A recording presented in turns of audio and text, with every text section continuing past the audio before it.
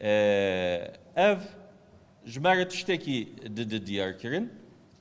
Yek êrişa dewleta Tirk êrişekî bi armancê dagirkeriyê ye, bi armancê gelê Efrînê ji Efrînê derxîne, bi armancê kesên li ser esasê fikrê El-Qaide û Daeş û Cebhatun Nasra wek çete bi dewleta Tirk re bi artêşa Tirk re êrişî Efrînê dikin, dixwazin wan li Efrînê bicî bikin, guhertinekî demografî dixwazin di Efrînê de çê bikin.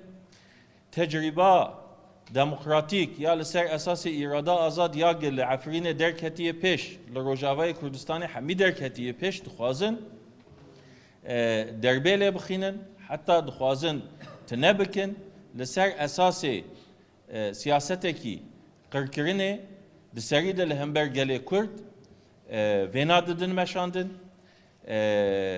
Êrişa dewleta Tirk em sedî sed bi wê jî qani'in û bi xwe jî eşkere vêna dibêjin, bi armancê dagirkeriya perçeyên Kurdistanê ji Efrînê bigire heta Kerkûkê.